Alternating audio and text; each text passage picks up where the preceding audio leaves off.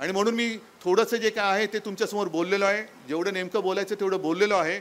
आता याच्या पुढे जो काय तुम्ही जोश मला दाखवलेला आहात की आम्ही इकडनं, आता गेल्या वेळेला एक जयंत पाटलांचा कार्यक्रम होता ना बँकेचा, आणि मी आणि पवारसाहेब बाजूबाजूला बसले होतो श्रीवर्धनला. मला पवारसाहेब म्हणाले यावेळेला ह्या गद्दाराला पाडावं लागणार. म्हणजे त्यांची तयारी आहे, मानसिकता आहे, या गद्दाराला गाडायचा म्हणे. आता गंमत अशी आहे की कल्याणमध्ये मी गेलो, त्याच्या 1-2 दिवस आधी मोदीजी येऊन घराणेशाहीवरती बोलून गेले होते. घराणेशाही. मी कल्याणमध्ये दुसऱ्याशी गेलो, म्हटलं घराणेशाहीचा विरोध आहेच, पण कल्याणमध्ये आणि योगायोगाने इकडे सुद्धा आणि पलीकडे कोकणात सुद्धा घराणेशाहीच नाही तर गद्दारांची घराणेशाही आहे.